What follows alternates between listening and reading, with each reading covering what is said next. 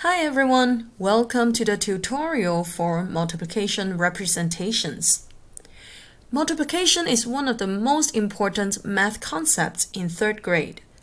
We would like our third graders to master their multiplication facts in third grade. But before they can recall all the facts automatically, we would like them to know how to represent different facts. I have talked to many 4th, 5th, and even higher grade level teachers. They all said that one of the things that third graders should work on is multiplication facts because it affects their math skills in the future. For example, 4th grades, when they do long division, it will help students think much better if they know their multiplication facts already. And of course, when they go to higher grade level, algebra will require a lot of great multiplication skills. And so let's see what are the different representations for our multiplication facts. One reason why we need to learn that is because if a student cannot recall the facts, let's say 6 times 8, how else can they find out the answer? Well, that's why we use different representations that will help them to find out answers if they cannot just simply recall the facts. They can use our 200 other different ways to do it. No, just kidding. Not 200, but 10 other different ways. Second reason, because our Texas Education Agency would like third graders to know all these different ways to represent multiplication fact. Example, repeated addition is one of them, equal size groups, arrays, area models, equal jumps on a number line, skip counting, and also strip diagrams. And of course, they need to know their equations. Yes, that is a lot for our students to know. And a lot of them are new to people like me who go to school back in the days. And that's why I'm making this video, and hopefully that will help you. So let's see the different representations first, and then I will show you some sample questions. So let's say I would like my students to do a fact about all the representations about 3 times 5, and we know the answer is 15. Well, how else can we represent it? Repeated addition means you think of how many groups there are and you add the same number repeatedly. So in this case, you have 3 groups of 5. So repeated addition will be 5 plus 5 plus 5, and that would equals to 15. And repeated addition should match with your equal groups. I have 3 groups, and there are 5 objects in each group. And that's how equal groups should look like. Notice that we always emphasize to students that groups comes first and how many in each group. So in other words, the first factor is the group. The second factor is how many in each group, and the products, the total, is the total, T. GET, that is the strategy we use later on when we do our word problems, and that will be in a different video. But just remember, groups or rows always come first.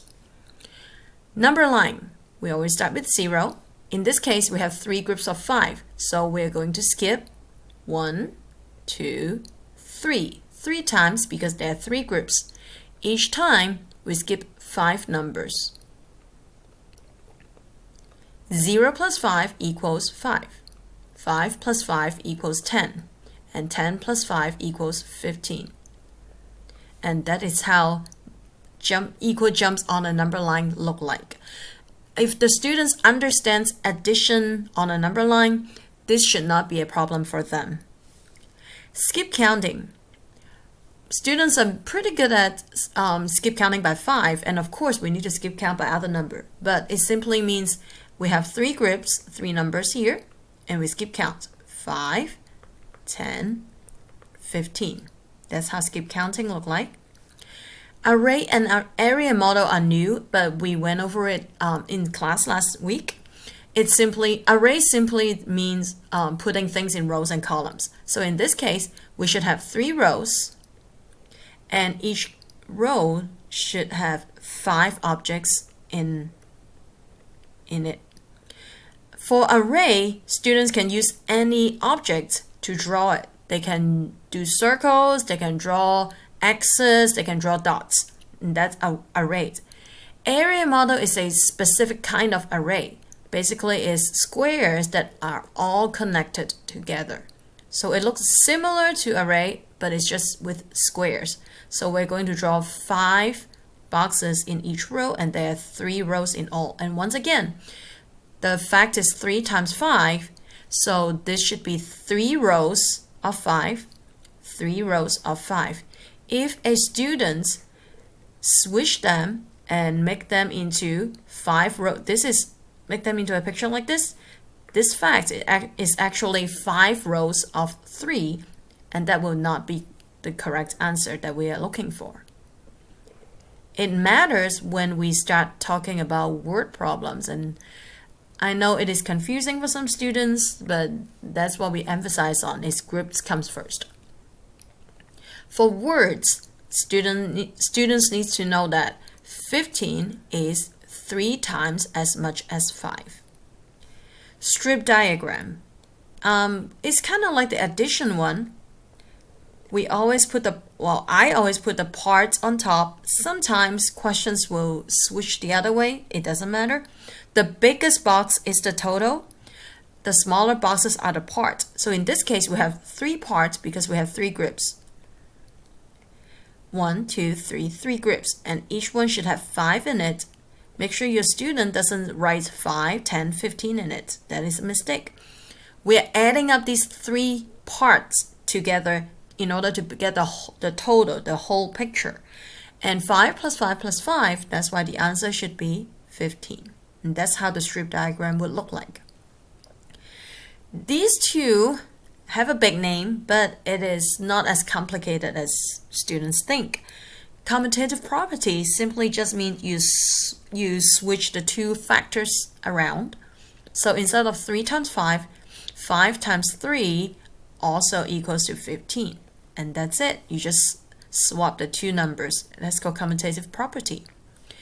Distributive property is when we try to break down a group of model into smaller pieces. For example, in this case, if I'm not very good at 3 times 5, 3 groups of 5, I can draw the picture. Instead of multiplying all 5, I'm going to do 3 times 2 first, and then I will do 3 times 3 because 2 plus 3 equals 5. And so in other words, I break down the 5 into 2 plus 3. So I can do 2 times 3 equals 6, and 3 times 3 equals 9. 6 plus 9, that's how I know the answer is 15. Finally, fact family. We know 3 times 5 equals 15. Using the same 3 numbers, students need to be able to switch them around to know different facts, especially the relationship between multiplication and division. So another way to do it with the same 3 numbers would be 5 times 3 equals 15. And in division, the biggest number has to come first. So 15 divided by 3 equals 5, and 15 divided by 5 equals 3. So these 4 sentences are in the same fact family. These are the representations we are talking about. Let's see some sample questions. Here's the first one. Which model does not represent 5 times 6 equals 3? Now, once again, the first factor is the group. So you have 5 groups, and you have 6 in each group, which makes a total of 30. In the first option, 1, 2, 3, 4, 5, there are 5 groups of 6, so that is a true statement. Here I'm looking for a false statement, something that is not there. That's not what I'm looking for. In the second picture, 1, 2, 3, 4, 5 groups. However, there are only 5 happy faces in each group. So that does not represent 5 times 6 equals 30. That looks like what we want, but I'm going to put a question mark first to show that I'm not sure yet. Let me check the other 2 options. For H, you have 1, 2, 3, 4, 5, 5 groups, and 1, 2, 3, 4, 5, 6 in each group. This is an area model, and it does shows 5 times 6 equals 30. And so this is a true statement. That's not what we want. 1, 2, 3, 4, 5. In this equal-sized group, you have 5 groups and 6 soccers in each group. That equals to 30. That is a true statement, and that's not what we want. And therefore, G is the correct answer here. Second question. Devon displays his collection of beetles in an array, rows and columns. Which equation best represents? We're finding the equation best represents the number of beetles in Devon's collection. We see that there are 3 rows. 1, 2, and 3 rows. So your first factor should be 3. 1, 2, 3, 4, 5, 6, 7. There are 7 beetles in each row. And therefore, your answer should be 3 times 7 equals 21. Here's the last sample. Armand plays a game. He discovers that he moves forward 3 feet each time. Is that each right here? So I'm going to circle this. He takes a giant step. Armand takes several giant steps as shown on the number line. And as I'm looking at here, there are 1, 2, 3, 4, 5, 6. He took 6 steps, 6 groups. Each one skips 3 numbers. And therefore, which equation represents the total distance Armand moves with his giant steps? The answer should be 6 times 3 equals 18. So H is the correct answer. I hope this tutorial will help you and your students understand a little more about multiplication representations. We will have a separate video for multiplication and division word problems. Thank you for watching the video. Bye.